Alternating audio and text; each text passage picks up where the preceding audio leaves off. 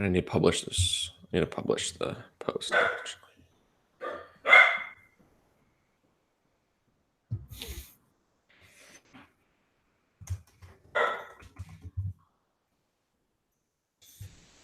I see the YouTube notification.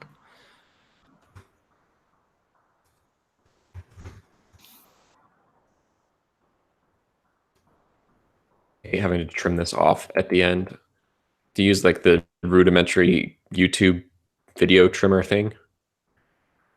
What? Every week after the show, I have to trim all this off of the beginning Mm. in YouTube. And it's pretty annoying. Mm. All right, publishing story.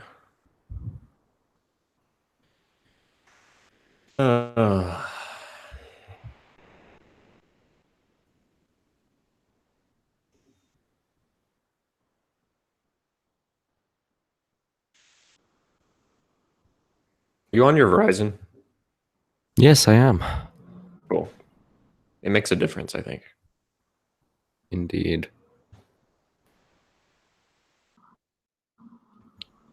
No, QuickTime just crashed again.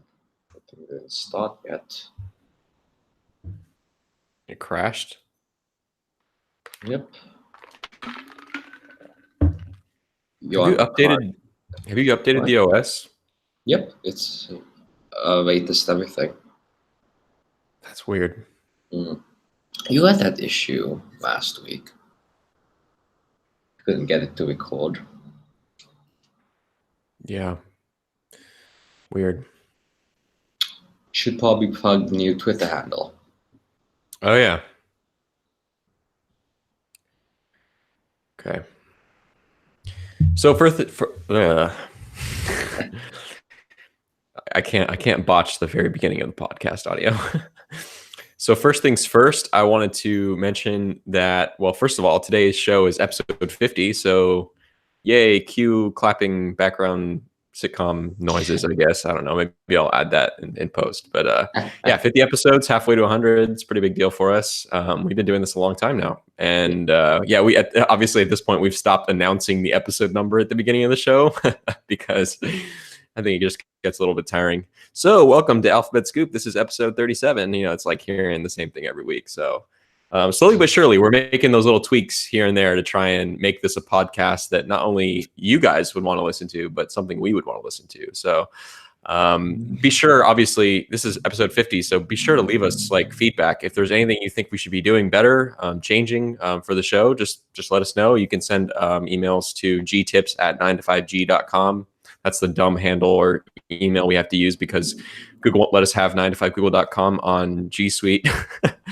Yeah, send us some feedback. We'd love to hear it. Second of all, we also have a new Twitter handle, which is twitter.com/ABC Scoop. Alphabet Scoop is taken by some other podcast that was called Alphabet Scoop that's now abandoned. So, you know, having to go with the second best option there. But yeah, @ABC Scoop on Twitter. Go follow us there. We're trying to build a little bit of a following of people that we know are listening to the show every week, who are engaging with us and giving us feedback and just dropping comments in the YouTube live stream and, you know, just listening every week. We want to know who you are. I want to engage with you and bring you into the show as much as we can. But yeah, let's get the show started this week. I guess the first thing is that Google now has what seems to be an official date for the Pixel 3a and Pixel 3a XL, according to a page on the Google Store that was added, was it Monday morning? Monday morning. So this was an interesting progress of events. So it started out at like 9 a.m. in the morning with Google teasing that they are releasing new Playground, Playmoji AR stickers for the Pixel camera. The new Avengers movie, new characters, all that. Which is not surprising at all. Absolutely not. Biggest movie event of the year, probably, until Star Wars, my bad. Get it right, man. Star Trek Discovery just had its season finale last night, so that's on my brain. But Gotcha. Anyways, so the YouTube, they tweeted the YouTube video of the Pixel 3 in the Marvel universe, which was quite cute. It integrated with the trailer, the theme of Avengers Endgame. But in the comment section, they had a link to G.co Avengers or something like that. And it took us to this Google Store page that said that something was coming on May 7th. And it really hyped up this like superhero theme, this color theme of purple, which is Thanos in Endgame. So it's very themed about superheroes and this movie and this new phone, which we all assume is the Pixel 3a. Yeah, and I think at this point we actually have a little bit more than just an assumption, because our Kyle did some digging into the source code for these sites and actually found some evidence. Apparently, one of the URLs for one of the video assets on the website uses the BS kind of abbreviation in the link, whereas last year for the fall, Google also had some video assets on a similar page, magazine, I guess that's what they're called on the Google Store. A magazine page, which used BC abbreviations. And it may be a stretch, we don't know, but it seems pretty likely to me that it's not a stretch, given that we have evidence actually to suggest that it's not a stretch. But BC seems to stand for blue line and crosshatch, which, as you may know, were the keywords, the code names for the Pixel 3 and Pixel 3 XL. And as we know already, for sure, like we know 100% that the Pixel 3a and 3a XL are codenamed Bonito and Sargo. All fish names, of course, as they have been for many years now. There is BS in these links. And we actually did see, so one of the things that we know is, I think Kyle also found an asset elsewhere on the Google Store from, I think, last week or a week or two ago when Google accidentally launched that new navigation page. He actually found that that Google had replaced something, I think, that said Bonito with BS. So we have evidence to show that this BS actually stands for Bonito and Sargo. He found some asset that reflects that. So we were pretty confident. Again, this was all found on the Pixel 3a/3a XL, I guess, Avengers magazine page on the Google Store. So yeah, and the date is May 7th. And if you've been watching the podcast, you already knew the date. It was May 7th. We talked about it last Friday. So not to brag, but if you were listening to the podcast, you already knew that date. May 7th, the first day of Google I/O 2019. Indeed. It's weird. How do you think this is going to play out? Will Google hardware get its long return to the stage, or is this just coincidental and that they'll be on the Google Store on the same day? My guess as of right now is that they're going to hit the Google Store on that morning. We may see. So I think if we do see it mentioned on stage, that the extent of it will be a brief mention, thrown in somewhere. I don't know how they would work that into the flow of the presentation, but I highly doubt, in my opinion, that we're going to see a dedicated 20-minute block, dedicated or 30-minute block, because the keynote's only an hour and a half, or it's 2 hours.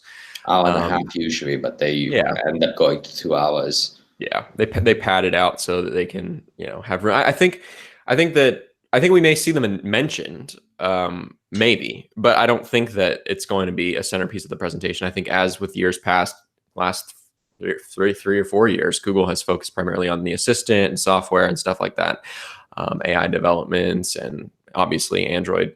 So I think those are gonna be the focuses, but I don't know. We'll see. It's hard to tell, but I think what's going to happen is I think that they're going to give some kind of pre-briefs to press, in the week leading up to the event, and we'll see an announcement that just drops at the same time, an embargoed announcement, probably that morning. I don't know. We'll see. I have a hard time envisioning the grand return of Google hardware to Google I/O. That just doesn't seem likely to me. I also doubt that. I mean, the press is already going to be just hammered covering stuff. At least we will be, because we're going to be digging deep into beta 3 that morning. That's always our Google I/O keynote morning kind of just craziness, whereas other publications may not be covering that as in depth as we do. So maybe covering 2 hardware products for them would be feasible. I don't think for us, it's if there's like a hands-on area with the Pixel 3a and Pixel 3a XL and Nest Hub Max, honestly, we're probably just going to have to skip it because we're just going to be so busy covering the software stuff. Okay, that's the thing. Yes, if they if they announce it on stage, it's going to be a very busy keynote for us. But at the same time, from the beginning, Google would be shooting themselves in the foot in regards to their brand new phones. They're going to be Their software side is going to bury these phones in news if they don't give it a sizable presence. If it's just I don't know, the keynote starts at 10, maybe they drop embargo at 9, and all these publications can start reviewing. It's going to be by 2 hours later, nobody is going to remember that Google just announced 2 brand new phones, 2 significant expansions into the mid-range for the Google lineup. So the balancing of this is very tricky in terms of who is this audience for. I think there is an argument for an on-stage reveal in that this is a cheaper phone. It'll play better to other markets besides the US and the West markets. So I don't know, a cheaper device, something for developers to get their hands on. I don't know. That could be a possible play for them. Yeah, and I guess we do have a little bit. Well, I don't know. It's like one of the things that I'm thinking about now is that clearly there's going to be a heavy co-branding here between the Marvel stuff and the Pixel 3a. And yeah, well, first of all, yeah, a week after the movie, but second of all, I just don't. Is there a large history of Google kind of putting those kind of co-branded things on the forefront on the stage at Google I/O? I mean, I think about last year there was the what was it called? The voice. Who was it? Shoot. The boy. Oh, John Legend. Yeah, the John Legend voice. So it's like that was kind of a collaboration. But I mean, I think we've usually seen these kind of co-branding like deals and kind of, I don't know, whatever. Like they've primarily been at the Made by Google events. I'm thinking about Made by Google 2017 with the Stranger Things stuff on AR stickers or Playground or whatever it was called. And yeah. So I don't know. It just seems odd to me that Google would put Marvel all over Google I/O. And it seems like I know. At the same time, Marvel is heavily intertwined with this Pixel 3a thing, which that is on. Talk about that. Yeah, let's talk about that. Apparently, Marvel is like heavily somehow related to the Pixel 3a launch. First of all, we reported, and I forgot who else it was that reported. 2 places have reported that there is a purple Pixel 3a, or there's some kind of purplish lilac Pixel 3a that exists. Who was the other place? WinInfo.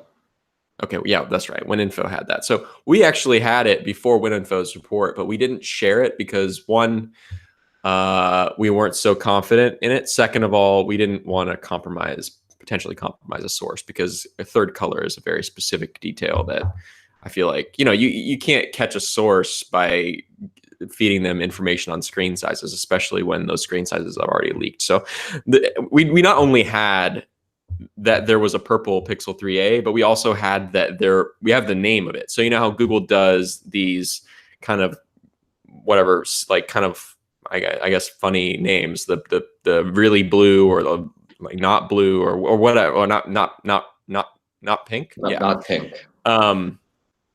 Yes. So anyways, we have the name. We actually know what the purple one is called. WinFuture has not published that. We have not published that. And I'm just going to keep that because I don't know. I'm it's one of those things, kind of like I mentioned, it's like, I don't know. I don't want our source to be caught because that's a very specific detail. And so far, I don't think anyone knows it but us. So purple thing is happening. Going back to what I was saying is that apparently purple thing's happening, and seems to be highly related to this Avengers thing, because as you mentioned, there's the whole everything about Endgame is branded purple. The poster, if you look up the movie poster or whatever for Endgame, it's purple. There's just lots of things that are purple in that brand. If you go to the Google Store magazine for this landing page right now, the Avengers logo is purple. So I think this sort of purple third device is happening. So in that sense, it's very heavily tied to Avengers. The other thing is, what does the 3A, what does the A stand for? Which, I don't know. It'd be cute if it's Avengers, but there's no way in heck that they got a cross promotion with Disney on the Avengers branding, No, especially on a mid-range phone. If this were a no. flagship, different ballpark, but not I this think phone. this is my theory on it. And I mean, just think about going back to, like, for instance, the iPhone 10R. Apple did not have to give any explanation for the R. They still have not. There is no on the record explanation for what the R means.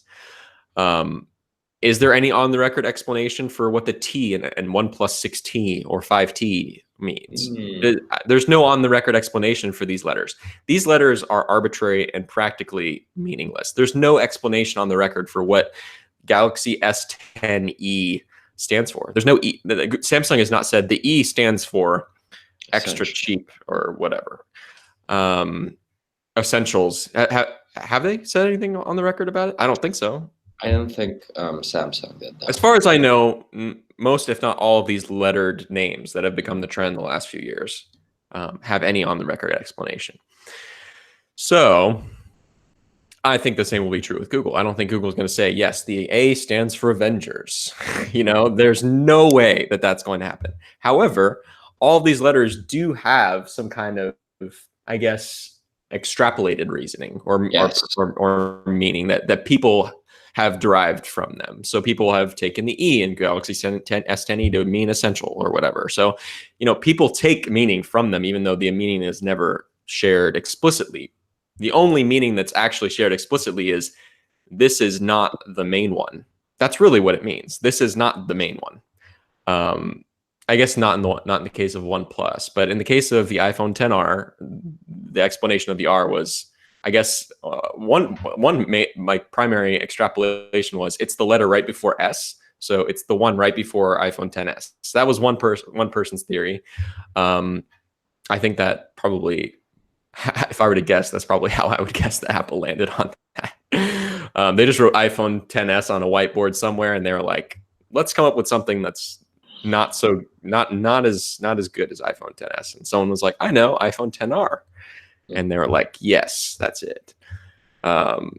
Anyways, so yes, the on the record explanation is that it's just not the main flagship. And I think that's how Google's going to treat it too. And I think that a lot of people, if this Avengers thing plays out and if it's heavily Avengers branded and there's, I don't know, whatever, I think that people will assume the A stands for Avengers. That's my guess. It's a powerful move for Google. I'll give them that. But I don't think it really makes sense. I don't know. It's weird. And it's lowercase. It seems a little bit desperate, honestly. Desperate. That's interesting. Yeah, for me, slapping pop culture branding all over your product feels a little bit, I don't know, it just feels a little bit desperate. Like they're vying for attention, which they are. Like they need the attention. Like with the Childish Gambino collaboration and all this other stuff, the sticker packs and everything. It's just like Google's trying to capture the mind share of people who are fans of these different pop culture icons and movies and shows and stuff. Yeah. So yeah, it seems a little bit desperate. We don't see Apple we have seen Samsung do this with, I guess Apple, actually, there's probably no exception to this because even Apple, they do the Disney stuff on their Apple Watch. And, Samsung has done the Disney stuff with their AR emoji or whatever, I think. But yeah, so it's not unheard of at all, but it seems like Google's really like, if they're going to brand, if this A, even if they don't say it, if this A came from Avengers and that was how it just seems kind of like, I don't know, to me it just seems desperate. What do you think? If they have this, I think they should just show it on stage because they're only going to have this once, presumably. This perfect timing. This is when the movie is coming out. It's 3A. It's cute. It's whatever. If they are going to lean into that Avengers Endgame branding, I think they should just do it on stage. Just give it a whirl, and I don't know, make a funny opening for I/O. Otherwise, it just seems. If they want to maximize the potential of this co-branding opportunity, they should just run it. Another interesting thing to note about this So I think there's a bigger picture thing to note that I think is like, I mean, a lot of people aren't really thinking about that probably doesn't have a direct cause and effect relationship, but it's interesting regardless.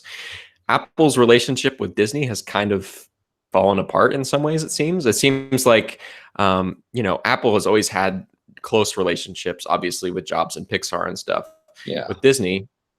And so they've found themselves in kind of an awkward position where now Apple TV Plus is going directly up against Disney Plus. I saw one headline. I think it was Mike Murphy at Quartz. Might be wrong on this, but he wrote, or someone wrote, Disney Plus is the streaming service that Apple TV or Apple wanted, or whatever. So it seems like there's been a little bit of a deterioration on that side with Apple and Disney. On another side, this is interesting to see that Marvel is so closely working with Marvel, which is, as you probably know now, Disney, working so closely with Google. This is a big deal. This is a flagship, maybe not flagship, but this is a prime time, significant product launch in the United States. It's going to hit all the major carriers, and apparently, it's going to be heavily Avengers branded in some way. So interesting to see Google kind of pick up the Disney partnerships. Yeah. So it's good for them, I guess. It's the naming, the features are fun. I think at the end of the day, people find some whimsy out of it, and this is why Google keeps doing it year after year. So good for them. So that's the Pixel, May 7th, where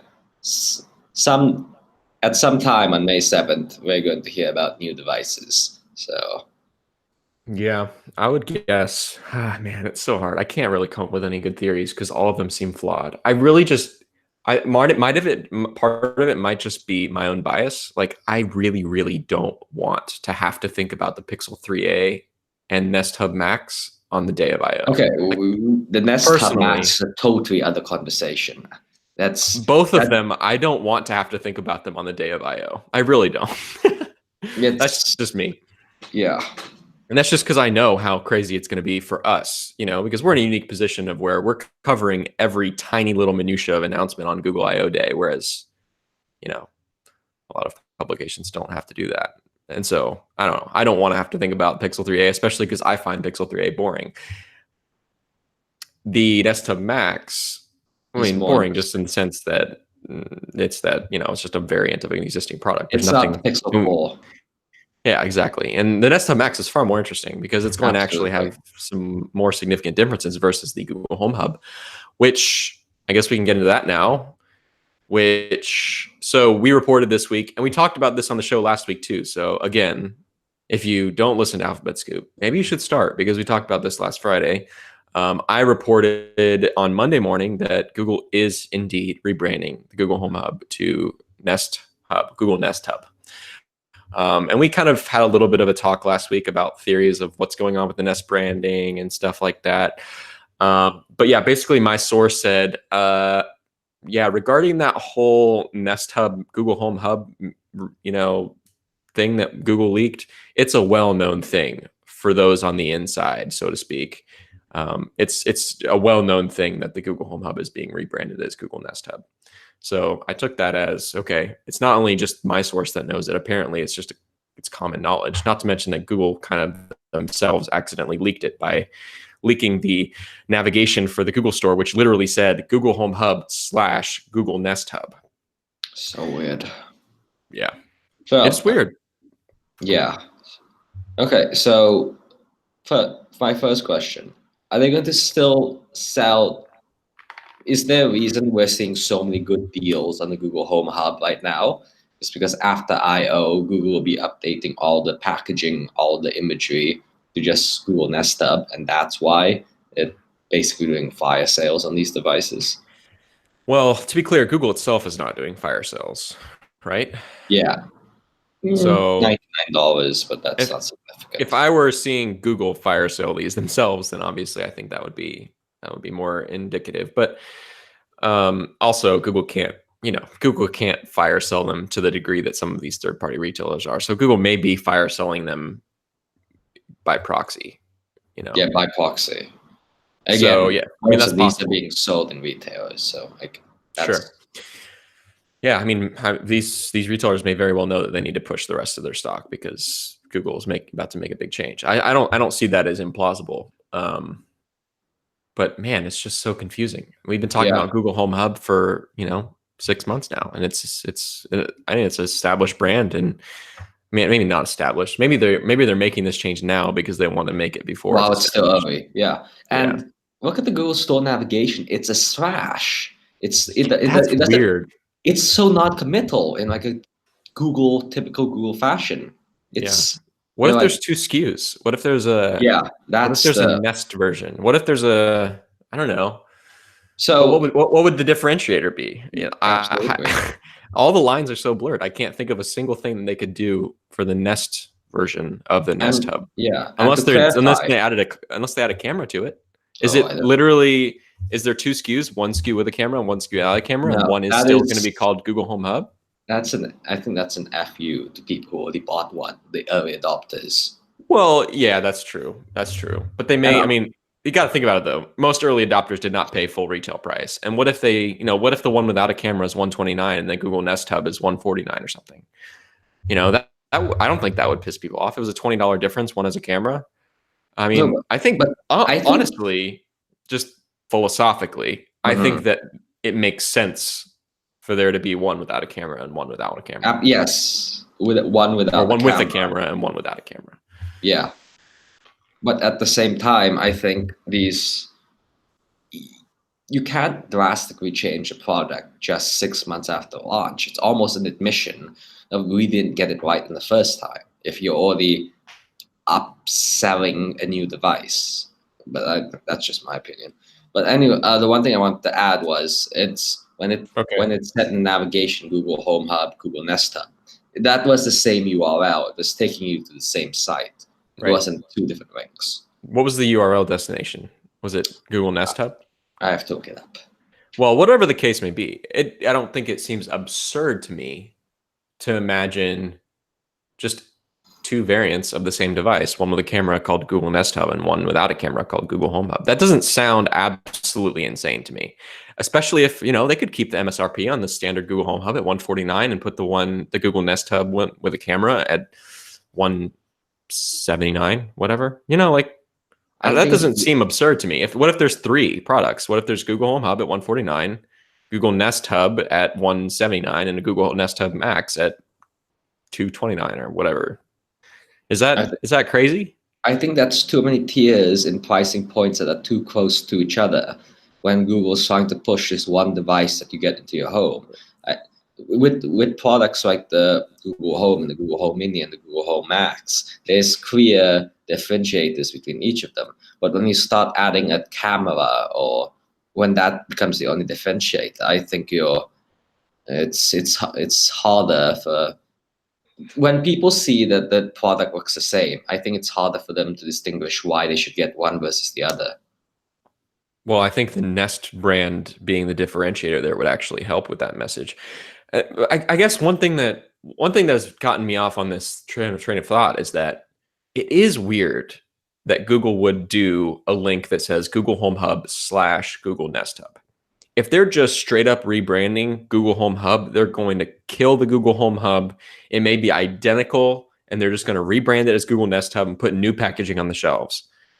Would they keep Google Home Hub in that bottom URL? Yes, because people are already familiar with the Google Home Hub.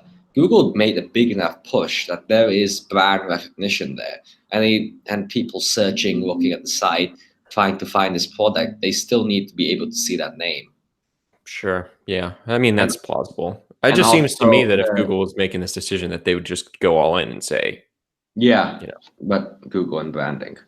yeah, Google and branding. And the link is store.google.com/product/Google Nest Hub. So that would support your argument for sure.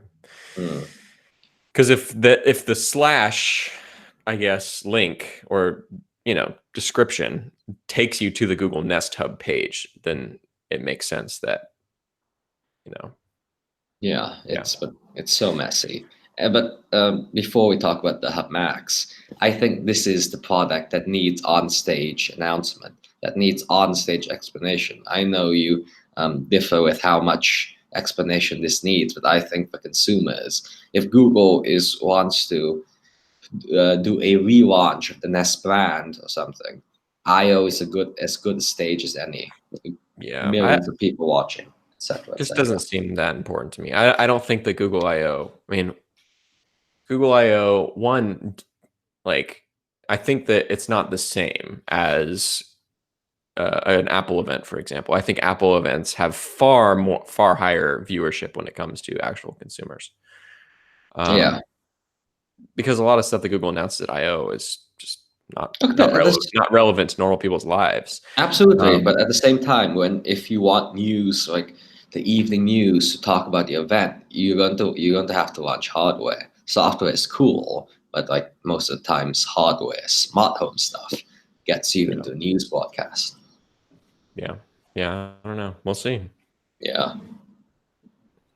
So yeah, Nest Hub Max. What do we know about anything new with Nest Hub Max this week? Um, So Nothing really with the just device itself because we already know everything. but yesterday the Google Home 2.10, the companion app on Android got an update, and our APK Insight revealed this new device code name Xeon. And this I'm reading directly from the app. It's Xeon is a border router with a built-in smart plug, enabling the Google ecosystem in a home. Xeon can keep a battery-powered device up to date with the latest software. So this is the smart money is Nest. This is related to home security, and the home Yeah. security push that the Yeah. Nest Hub Max is probably going to do. Yeah. Yeah. To me, it sounds like this description jibes pretty well with the Nest Connect, Yes, which is which an is existing product. Yes, it's a tiny plug that helps you extend your smart home over wide environments. It connects like your smart lock to your Nest Connect sensor, the Nest Secure Hub. So Yeah. it's So Nest Guard. So Nest Secure has three parts. It has four parts technically. Nest Guard, which is basically like the hub of the security system, which has like a keypad on it, and you can use the little Nest tag to disable the alarm. It apparently has a speaker, as we found out recently, because Google added the microphone. That's the microphone has a microphone because Google added the assistant to it. That was a whole controversy, like one day controversy. Whatever. It has all that, and it's the actual base station that kind of goes off if the alarm system gets triggered. Then there's the Nest Connect or the Nest Detect, which are little tags you put on your door that obviously do two things. Detect whether or not the door is open, and also have kind of motion sensing on them for detecting motion in the room that they're in. And the Nest Tag is the part that you can put on your keychain that can disable the whole system. And then Nest Connect is like you just described. It's basically a bridge of sorts. I guess you could call it a border router that basically lets you use those Nest detects on doors and in places in the house that are farther away from the Nest Connect or the Nest Guard. Really confusing.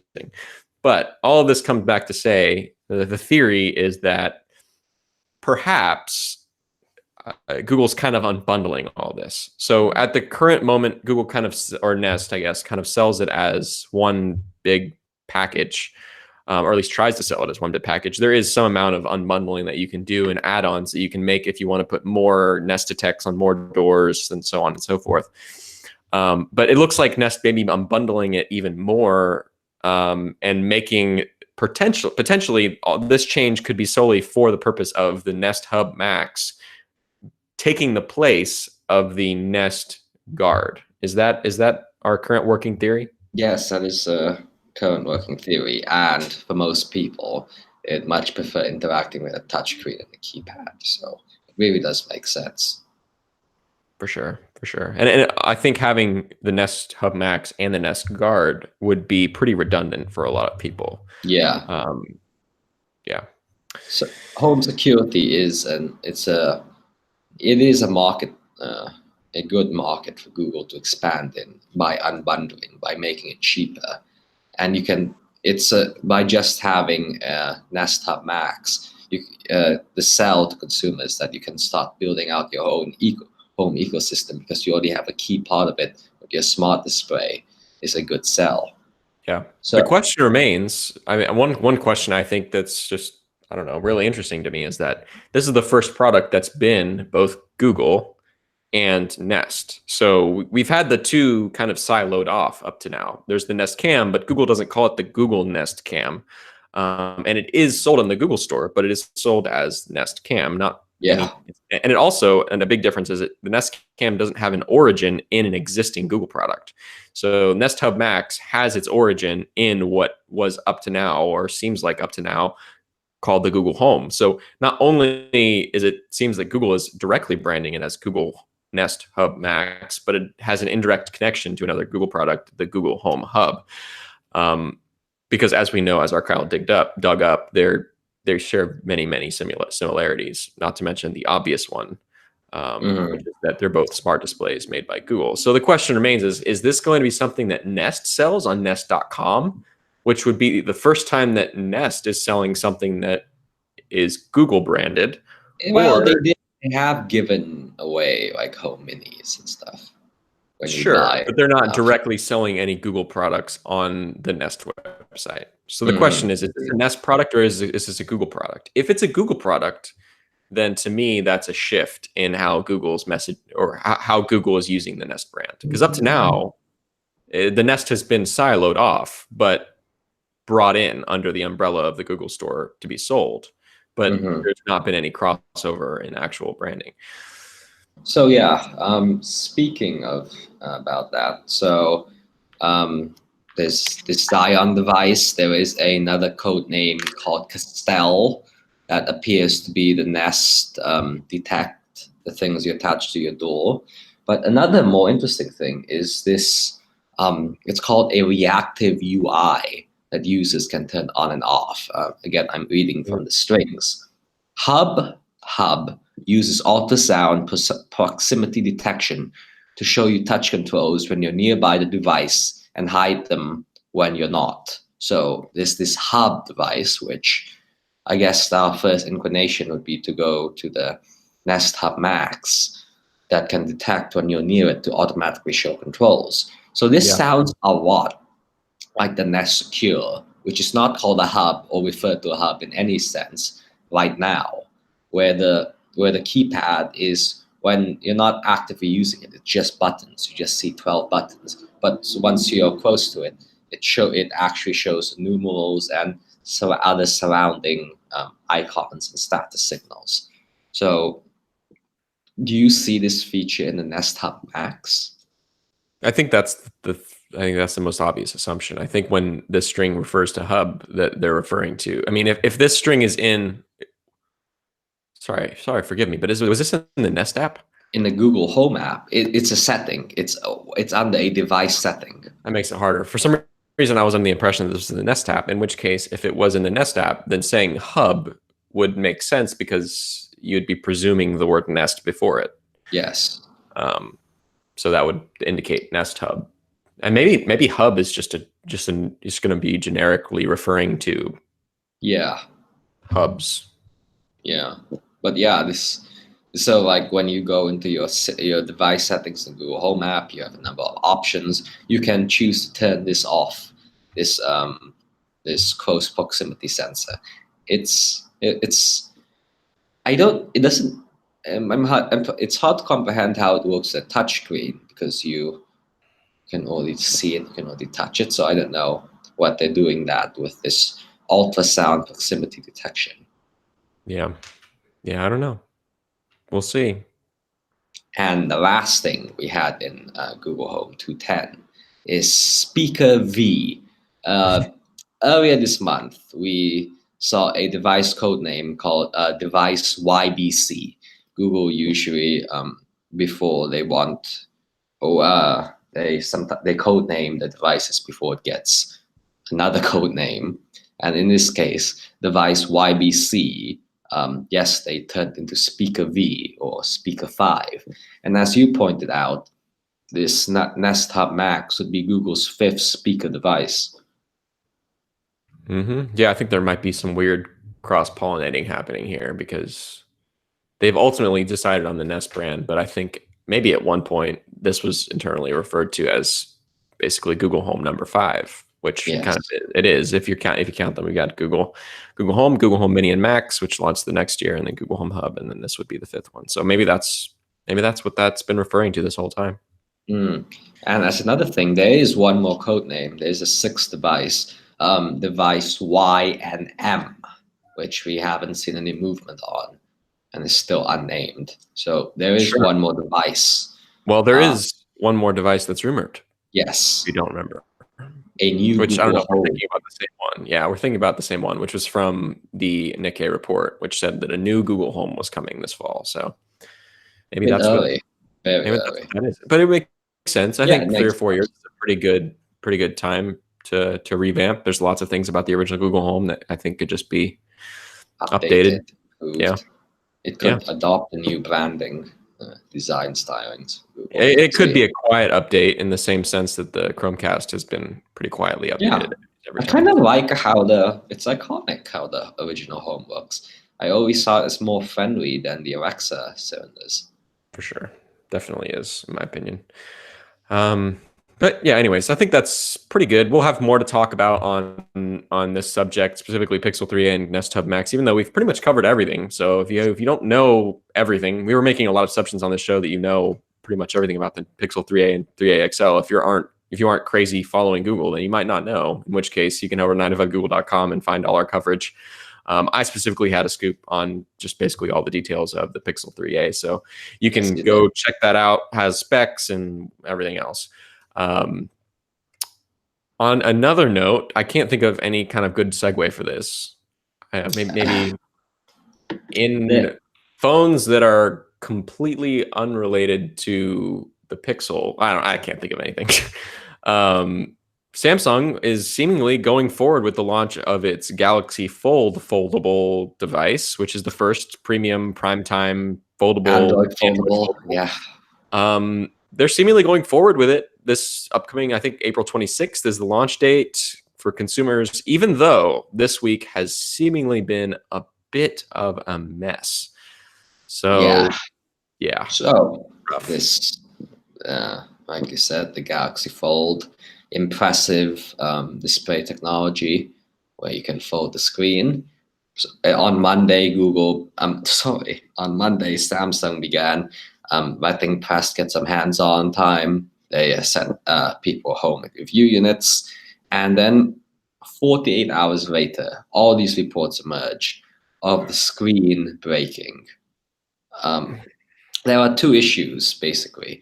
So people who removed protective layer, which in the defense of the journalist review units, the units they got appear to be the European variants that had no labeling about not to remove this protective film, screen protector, whatever, that basically absorbed all the dents and whatnot. So once these Mark Gurman at Bloomberg and Marquez Brownlee removed these screen protectors, these films, the screens just started shutting down.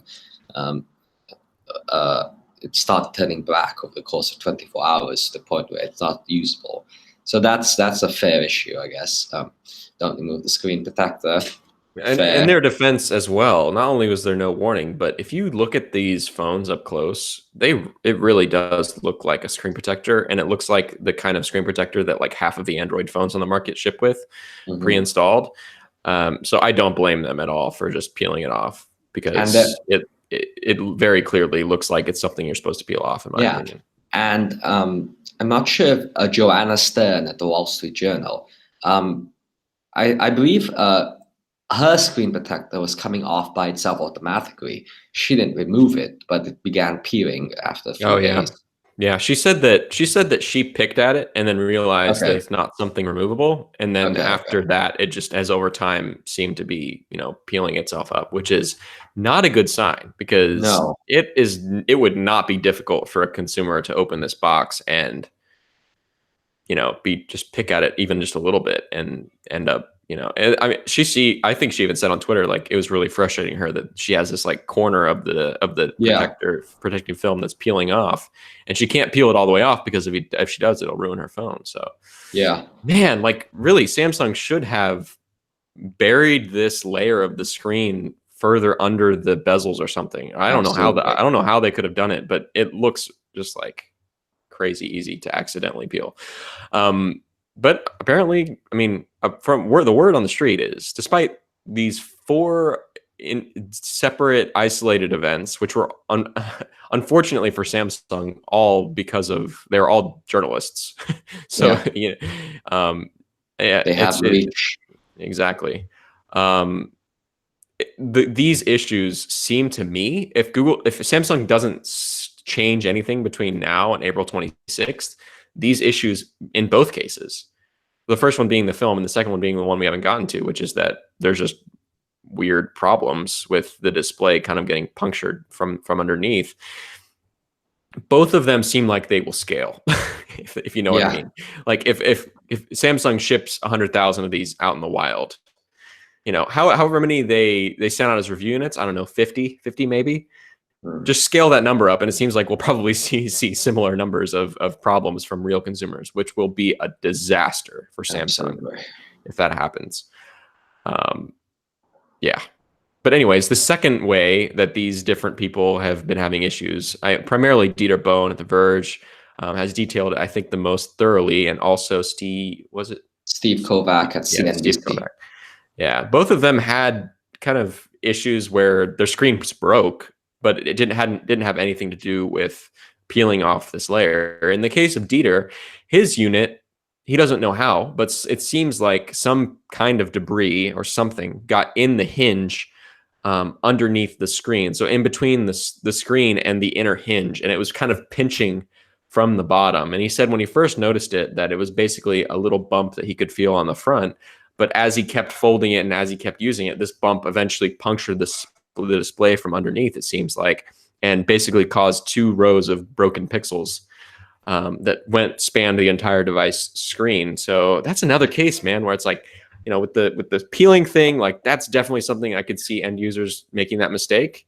If Samsung doesn't put a card in every single unit with a huge warning and like red, big, bold letters, this is another thing like that where it's like these things are going to be in people's pockets. It's not going to be hard for bits of sand or debris to get in underneath that, especially since that hinge. I don't know. It just seems like this is definitely a case where if this is a common occurrence, I mean, this happened to Dieter after 48 hours.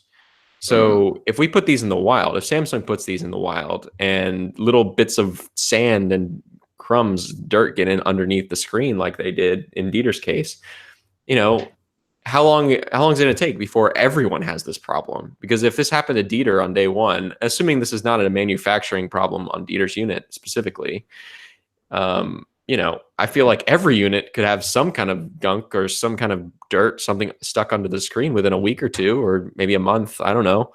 It just seems insane. It actually reminds me of the butterfly keyboard problem with Apple. It's like $2,000 laptops. All it takes is one crumb under the keyboard and you're toast. Your keyboard's broken. And it's like, is that what we're going to see happen with the Galaxy Fold? Yeah. Again, $2,000 phone issues. It's who is buying this phone realistically? The average person is not going to buy this phone, right? It's Phone reviewers who didn't get a review unit. Yeah, that's the primary market. Like, this is like a device that Samsung is primarily going to get into the hands of famous people and just like give them a free unit. And but even they not all, famous people, there are yeah, people who have tons of just disposable income that just think it's cool. yeah, I think there's a yeah, market. I think there's a market there. yeah, but yeah, definitely. I guess we don't really have to worry about the average person taking their hard-earned money to buy a phone and then only having their primary phone break. Well, Ooh, I just thought of another implication of this. yes. These carriers are going to be signing people on for $66 a month for this Oh phone. man. It's going to be a disaster for the carriers if people sign on for $66 a month and their phone breaks after a month or two. Yeah, and consider the fact that Carriers are kind of going to get the peripheral damage. yeah, even if they end up giving people a Galaxy S10 Plus, that's still like $1,000 left. How are you going to recoup? How are the consumers going to recoup that cost? It's a mess. Well, I mean, I think that Samsung has to respond to every single issue that people have with the Galaxy Fold with a free replacement. Oh, absolutely. They're going to have to. And I don't know. I think what we'll see if Samsung does push forward this launch on the 26th, which is just like a week and a half away, if that happens, I think what we'll see is Samsung will have to be prepared to just replace whatever percentage. What's the failure rate going to be? Is it going to be 10% of devices are going to be shipped back and get replaced for free? And are they just going to keep replacing devices until they kind of iron out the issues? I mean, are they going to pull an Apple basically? Like it's basically how Apple's handling this keyboard situation is that, they're just replacing people's keyboards 4-year warranty. And with every year, they've tried to make tiny, tiny tweaks without changing the fundamental structure of the keyboard. Most recently, 2018 keyboard had this kind of silicone sleeve on the inside of the keys to try and keep dirt out of there. Which is Apple kind of admitting that there's a problem while not admitting that there's a problem and just replacing people's broken keyboards. It's kind of just like swallowing the cost of the mistake and just not admitting that there was a mistake. I think that might be what we see Samsung do. They're just going to replace units indefinitely for people for 3 years. And then they'll launch the second version of the Galaxy Fold next spring. And hopefully these problems will be ironed out. And then this will all be in the past. Yeah. And it'll be very interesting to get another data point in the Huawei Mate X to see whether this is how fragile these devices are. Yeah, that's another point, is that if Samsung's having this problem, I can't imagine that Huawei's situation is going to be any better. Yeah, and it's worse because the screen is always facing outward. Yeah, if the screen's this fragile that peeling off that extra layer causes damage, yeah, I can't imagine that the Mate X is gonna. I have to say though, if the Mate X were made by Samsung, I would have probably bought one by now. I'm not lying. I have absolutely no interest in the Galaxy Fold, but I am surprisingly interested. So you hate the Innie, but you're fine with the Audi? Absolutely. The Innie is such wasted potential because you have one screen that you're not using at the time. Yeah. Yeah, that's true. Also, another funny argument. Yes, the inner screen of your phone is broken, but you literally have another screen outside. So yeah, just use the outer screen. Just close the phone. Just stop using the outer. One half of the purchase goes to waste. You used to have a working phone, 4.6 inches. So yeah, this is going to be an interesting. This next week, leading up to the launch, I'm sure it's crunch time at Samsung HQ. Yeah. Oh man, I actually asked David this question. I was like, is which is worse, the all hands meeting for this or the all hands meeting for the Note 7 blowing up? Well, I'd have to think Note 7 in terms of risk to people. Sure, the Note 7 obviously was a more important product in terms of That's also very true. Yeah. But at the same time, this Galaxy Fold, it throws a wrench in like Samsung's prowess as a tech company, as a hard technology company, in their ability to execute on displays. So I guess there is that in terms of prestige, but obviously it pales nothing to safety. Sure, for sure. Well, anyways, I think we've pretty much exhausted this topic. Galaxy Fold, we'll see what happens, but Samsung says they're pushing forward and it's going to launch. And I bet you we get a response in the next 2 hours this Friday. Yeah. We reached out for a unit and we were told, so this was the day before this all happened. We were told, yeah, well, you'll hear back from us like by the end of the day. And then this all happened. And I'm like, I know why I haven't gotten a reply. Because Yeah. they're suddenly the whole house is on fire, I think. But yeah, hopefully we'll get our hands on one next week sometime. We'll be able to share our thoughts on it. And hopefully Samsung won't assume that we hate them, because we tend to not say super great things about Samsung.